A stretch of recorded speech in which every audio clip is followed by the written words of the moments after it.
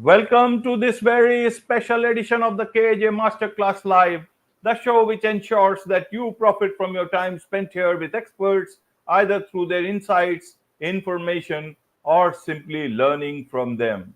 And today we have Thomas Brown. He is a mental health advocate, artist, author, and a podcaster. Welcome to the show, Thomas. Thank you, AJ. I appreciate you having me. This is awesome. I appreciate it. You are Super grateful. you are welcome to the show, Thomas. You are welcome to India in this online form, and I'm sure not just in India, but a lot of people across the globe will benefit from what we are going to discuss right now. We'll be talking about how one can navigate grief and mental health through creativity, like you did in your life. And so that's why I would request you to share your background, a bit about your journey to the audience directly from you. Let them understand who they are listening to. Well, first of all, thank you very much for having me on the show. My name is Thomas Brown. I am a mental health advocate, artist, author, photographer, and podcaster. My experience doesn't come through academics. It comes from direct experience. In 2001, I lost my brother to suicide, Mark Brown. And I would, after about a decade of navigating grief and dealing with that and getting some help with therapy, I met somebody, I met a friend by the name of Zach. We worked together, and after hanging out one night, we learned that we both had the same experience. We both lost a brother to suicide. And there was some strange occurrences that I think it might sound a little bit woo-woo for people that might believe in a more of a spiritual or mystical sense of existence here on this planet. I am a big fan of synchronicity. And when Zach and I met up at a coffee shop to hang out at this time, we didn't know that we both had the same experience of losing someone to suicide. When I showed up, he was reading a book that I was reading. My Ishmael by Daniel Quinn. It was the second book in the Ishmael trilogy. So we started talking about that, and he asked me more about my story.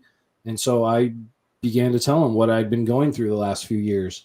And after the coffee shop closed, we went over to his house. I had told him that I lost my brother Mark to suicide in 2001, and Zach told me, he's like, "Hey man, I got to let you know, like I lost my brother to suicide." And then later on, I asked, it was like, there was a certain vibe about Zach that was familiar. So I asked him what his birthday was. And Zach actually had the same birthday as my brother, Mark. They were both born on September 7th. So I felt that there was, this is too weird. There's some kind of, like, the universe is telling me something. I knew that there was something much more to our friendship than, playing basketball, having some beers, and talking about women that we were dating. But I didn't know exactly what it was. And a few months later, this is like around 2010, I was at a photography gig, shooting footage for a friend of mine. And it was actually for an alternative pinup organization called Suicide Girl. It was at a local bar. It was like a community gathering of like the pinup girls, the photographers, and the fans. And I was hired to shoot this. I thought it was funny that it was called Suicide Girls. But I called Zach and I was like, "Hey man, come hang out with me. I'm kind of, this isn't my scene. Just let's get together and hang out." And so I told him, when he came to hang out, I had like a few minutes. I had about a half an hour to relax. And I told him that I had this like feeling that was gnawing at me, that there was something else that I had to do with my life. I needed to make a change. So I told him about this one time in 2006 when I quit my job and walked across the country with a group of progressive Christians. I myself am not Christian, but I liked what they were walking for. They walked for ideals that I believed in, civil rights, taking care of the planet, accepting people of all faiths, and sexual orientation. So I resonated with that. So I went on this walk from Phoenix, Arizona to Washington, D.C. And Zach said, well, after I was done telling the story, Zach was like, we need to do something like that. And so we had decided, like, let's ride for our brothers and let's ride to learn from others. So we organized this bike ride. It was 7,000 miles. We ended up having a support vehicle. We both didn't ride 7,000 miles, but as a team, we did, going through 21 states. We did not do a straight line. We went from, San Francisco, California to LA, back to Phoenix, and just zigzagged across the country, made like a giant W. And we ended at an art retreat center in upstate New York called the Chapel of Sacred Mirrors, which is the art retreat center for artists Alex and Allison Gray. And one of the reasons why we chose that location, the location of starting and our beginning and our ending, is one, a lot of people take their lives at the Golden Gate Bridge, which is, we started at the northern edge. There's a documentary called The Bridge. And when we started there, we were taken in by the Coast Guard in Sausalito, and their beat was around the Golden Gate Bridge. So they were usually the first responders for body recovery for people that take their lives by jumping off the bridge. And so we chose our destination at the Chapel of Sacred Mirrors because one of Alex Gray's part of his philosophy is believing in the healing power of creativity. Whether you are the audience, experience something beautiful being created, whether it's watching somebody paint, whether it's looking at the final product of a painting, or reading poetry, or listening to music, and that has a way to augment the nervous system and help individuals deal with struggle or with their own issues that they're dealing with. So we wanted our journey itself to be our creative response to what is happening in our country with mental health and the epidemic of suicide. I think by the time we started the bike ride, I felt I was through the woods with and accepted the fact that my brother was gone. You can't really, when you lose somebody to suicide, it's easy to get stuck in the loop of why. Why did they do it? Did I have any part? Could I have stopped it? And that's really just like a way to abuse yourself, because you're trying to establish logic to an illogical act. So it's just something that you have to accept, that it's a reality that has happened. And once you've experienced a trauma of any kind and you're grieving, it is up to you to and this is something that I learned from individuals on the bike ride, but it's really up to you what you're going to do with that grief. What are you going to do with that trauma? Are you going to let it control you? Or are you going to integrate it and have it become an experience that you can grow from? And I have to like put in a caveat. I do understand that that philosophy in and of itself, that mentality, it does stem from a place of privilege. And there are a lot of people on this planet that don't have that privilege to be able to look at the traumas, have enough time to process the traumas that they've experienced, and then try to like use it as a way to grow from. I'm not a very privileged person, but I do realize that I still have a lot more privilege than other people on this planet. So I try to keep that in mind. Well, we ended up riding the tour. It got to the point where being on a bicycle was the retreat from the conversations that we had, because we stopped in over 100 cities.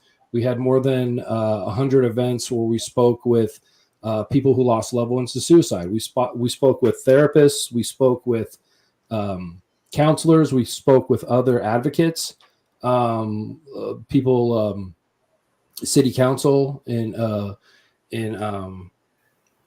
it is law enforcement. We had the opportunity to speak with and learn with a lot of people, from a lot of people.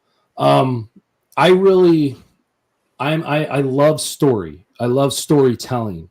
I love the fact. I think one of the reasons why it was important for us to talk about art and creativity is because art and creativity, not only is art something that can build a bridge between people, like Zach and I, the door that opened to get us together was a book, was a piece of literature that we were both reading by an author that we both appreciated and respected.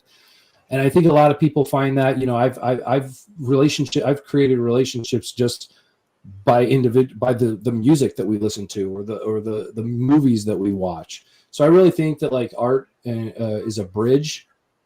But on an individual level, I think it's also important that if you are creating something, even if you don't have an intention in the beginning, you just sit down and you just, you start writing words, or you just start throwing paint up on a canvas, or you start laying down some tracks, that it's coming from you, and you aren't going to be able to tell a story, whether it's visual or audio or through words. You can't tell a story unless it's a story that you have some connection to, whether it's something that you observed in somebody that you love, or it's in a direct experience of something that you've gone through. So I always encourage people to use their creativity.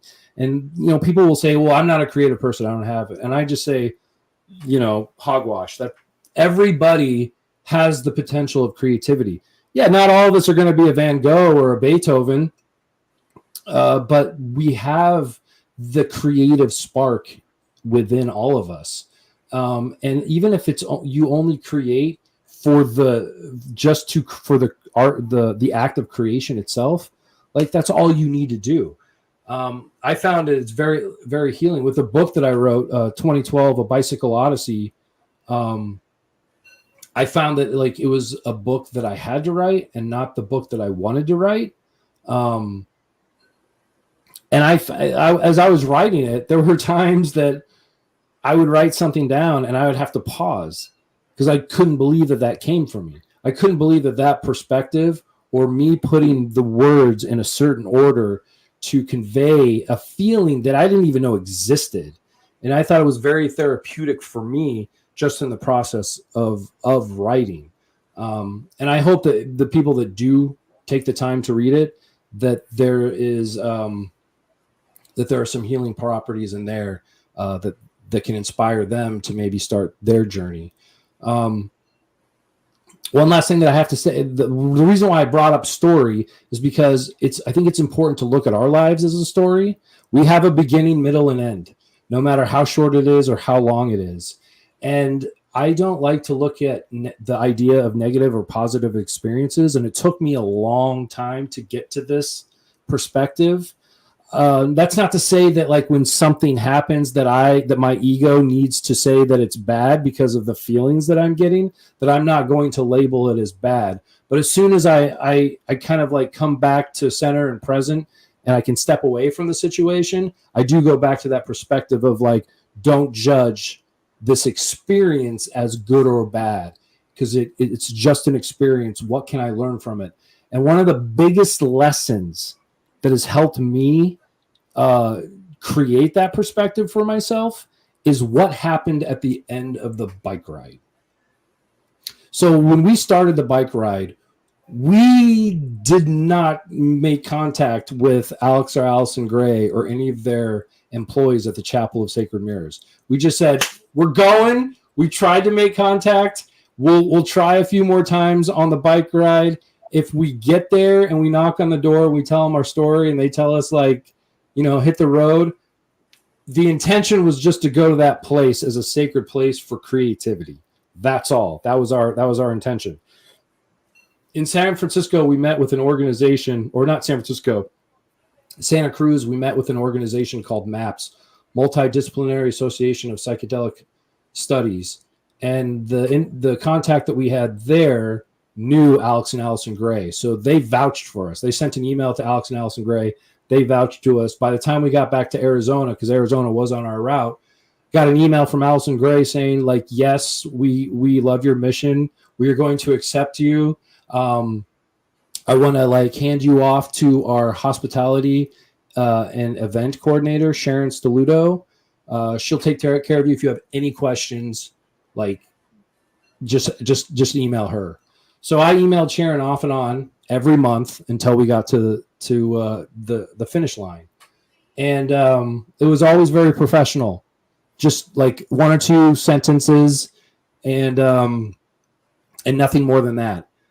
I would always, I was usually the main, I was the person on the ride that had most of the contacts. So I would call them like a day or two before we arrived and have a quick conversation about like, just to have our contacts know when we might get there, what we're going to be like when we ride into town, because we've been on the road, we're kind of rugged. We're going to need a shower before any events because we're really crusty. So I did the same thing, and I called Cosm, the Chapel of Sacred Mary's, looking for Sharon, and she answered the phone. And instead of having like a 5-minute conversation, it turned into an hour and a half. And I really liked her. I liked her voice. I liked what we were talking about. We weren't really even talking about the ride. We just sparked up a conversation. And after I got off the phone with her, I had to Google her. I was like, who is this woman that I just talked to? Fast forward 12 years later, Sharon and I are living together. She moved out from New York and lives in Arizona. I convinced her that you don't have to shovel sunshine. So come out west and hang out. And she's the love of my life. Now, how do I meet this woman that's 3,000 miles away from me if I'm not riding my bike across the country? And why am I riding my bike across the country if I'm not riding for suicide awareness? And how am I riding for suicide awareness if my brother is still alive? So that's something that I wrestle with all the time, is that from this traumatic experience, this trauma that my family suffered, it broke my family, and we had to put our pieces back together. That from this, I was able to meet the love of my life 10 years later and 3,000 miles away. Like that to me, it just shows you that one thing leads to another, and you can't judge what you're experiencing. You could feel it. I implore you, feel it. Do not ignore it. When you're feeling something, allow yourself to be true to those feelings and don't bury them. But know that like you have an opportunity, if you have the privilege to allow yourself the opportunity, that you can grow from that. And I invite, I think like my biggest takeaway through like therapy that showed me that perspective, or at least taught me and prepared me for that perspective, was the importance of like learning awareness. So, and self-awareness is where it starts. Who am I? Why am I here? Why do I feel these feelings? Why does this person make me feel this way? Why does this situation make me feel this way?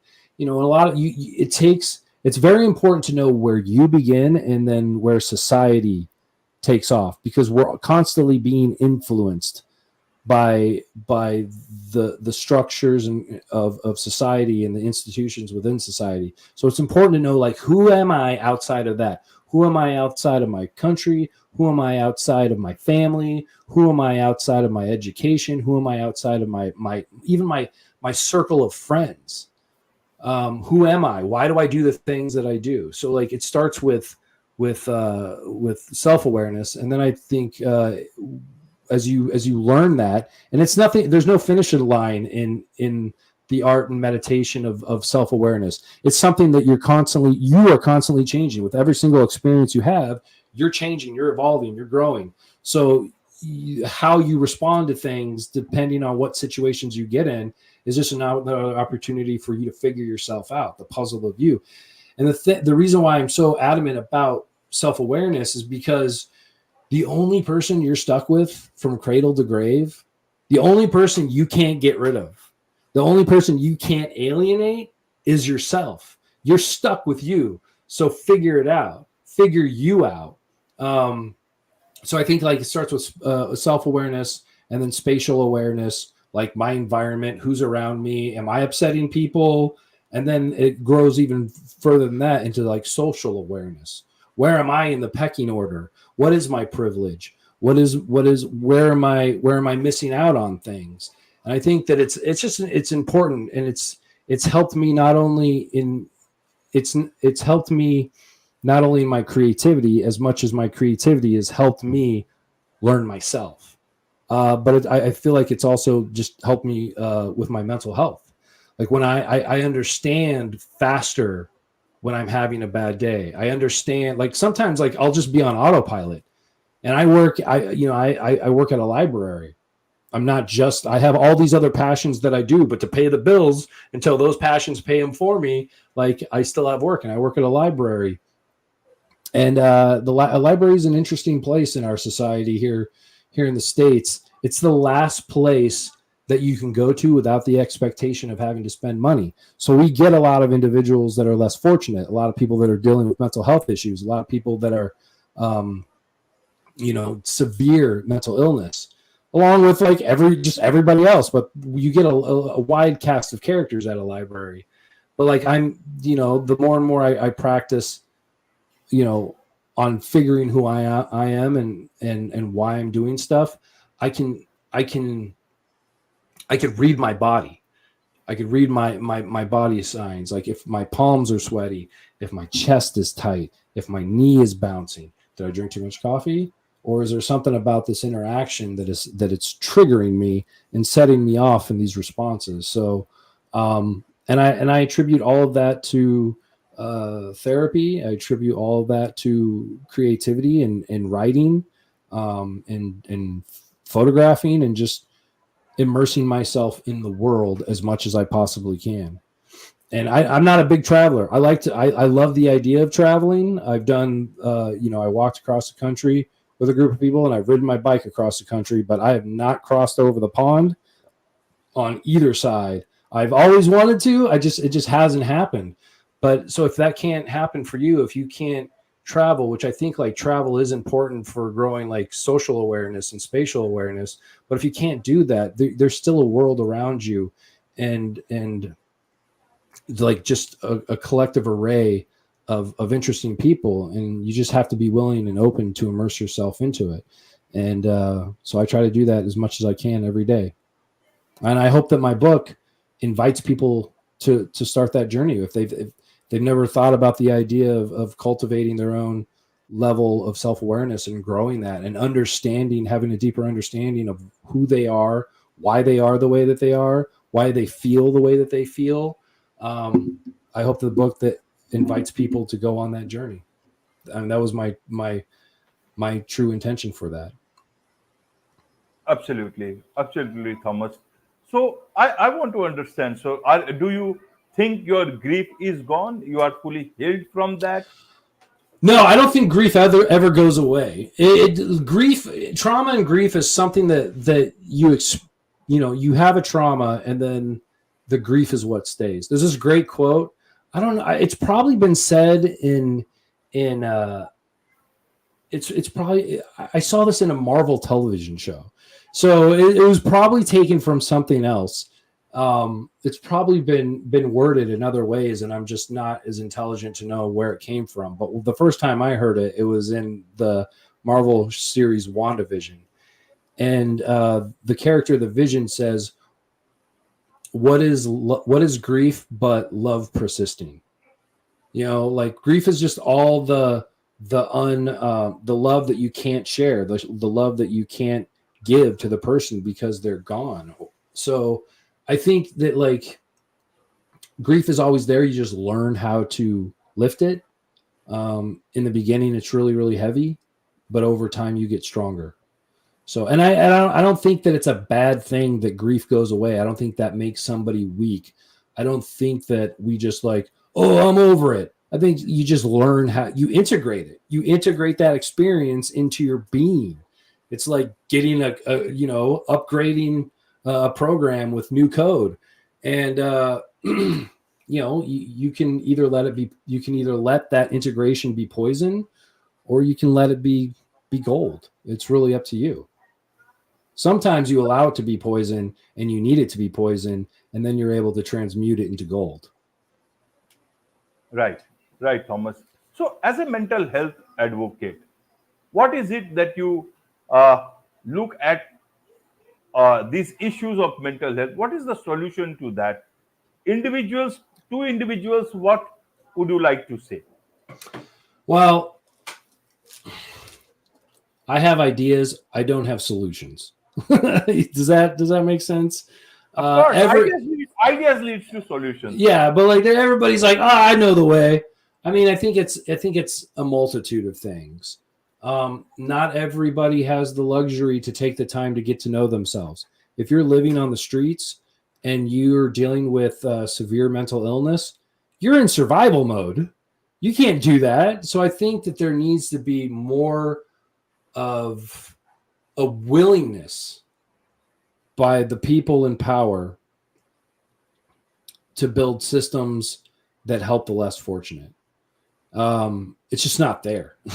There's no reason why police officers dressed in their uniforms who have no training dealing with somebody having a psychotic episode to go and deal with those psychotic episodes. It'd be nice to have a police officer as your backup, but like mental health officials need to be the people on the scene to interact with those people. I just, there's people that are smarter than me that could give you a much more refined answer on that. I could probably babble for about an hour before I finally come to the point. But I think that it does, if you're just like an average Joe like me, getting to know who you are and starting that journey is one aspect. Having the will, the political will to help our less fortunate is another aspect. Having the money within that, it's having the money to have facilities, having the money to have to train more mental health practitioners to reach people. So it's going to take a lot of effort on many fronts. Yeah, that's the best that I can give you. It's really frustrating too, because I working at the library, we're librarians, we're not social workers, yet we're asked to be social workers, and all we can do as librarians, a librarian's primary function is to get information. So but if somebody that is struggling, giving them information is only half the job. You need to get them to where they need to go. and we don't always, and even some of the community organizations that we work with that work with people experiencing homelessness, like they're underfunded and understaffed. So I think like the greatest attribute that is missing from this this equation is just political will. It's getting more and more prevalent. Like with prices going up, that just homelessness is on the rise, and so is the mental health issue. So Right, right. it's not going to be one person who has like a great idea. It's going to take the will of a lot of people working together who actually care about it. You are already doing a lot of stuff on this, and it's not, the problem is not just in the US, it's in so many parts of the world. And political will, we all know governments try to speak so many things at the same time, especially during elections, and after that's gone they start thinking of the next. So we can leave that. But from in your case, you see, you're already doing it. You have done that whole road on your bicycle for 7,000 miles, and then you have got 2 podcasts. That's not easy. The power of information. As a librarian, you do that. As a podcaster, you are doing the mental health podcast, Inner Monologue, and Stages. So a lot of things you are already doing. So that's a lot of things. And some, as I said, a lot of people who do a lot of things together, that will actually make the difference. And people who are suffering also with that awareness that you are trying to raise, if they understand more about themselves, that they are not alone, that there are others like them, and also there are others like you who are fighting for them, that can be a lot of solace for people who feel alone in their fight. It's true. It's totally true. It's I just do it as much as I possibly can, and I wish I had the resources to do more. So, but But thank this you. is good. I'm sure you have already written a book, and I'm sure a lot of people would like to know more about you, from you, Thomas. So, what is the best way for them to connect with you? There's two primary ways. They can either go to my Instagram, which is _rise_philosophy. And from there's a link tree that goes to the podcast stations, both on Apple and Spotify. There's also a link to the Amazon account to get the book 2012, A Bicycle Odyssey.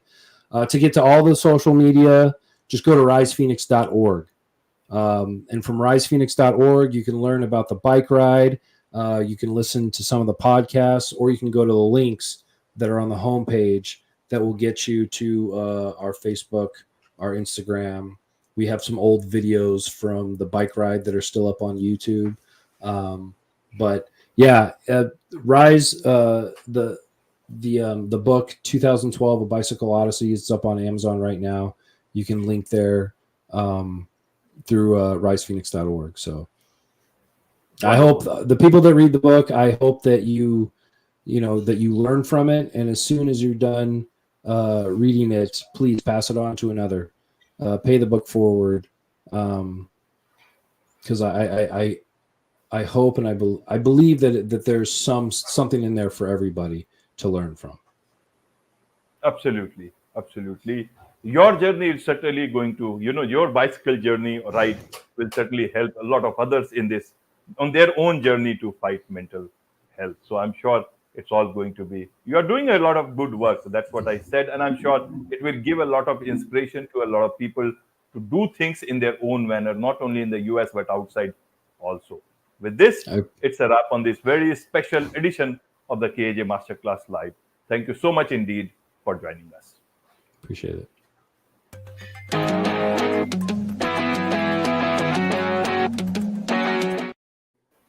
Just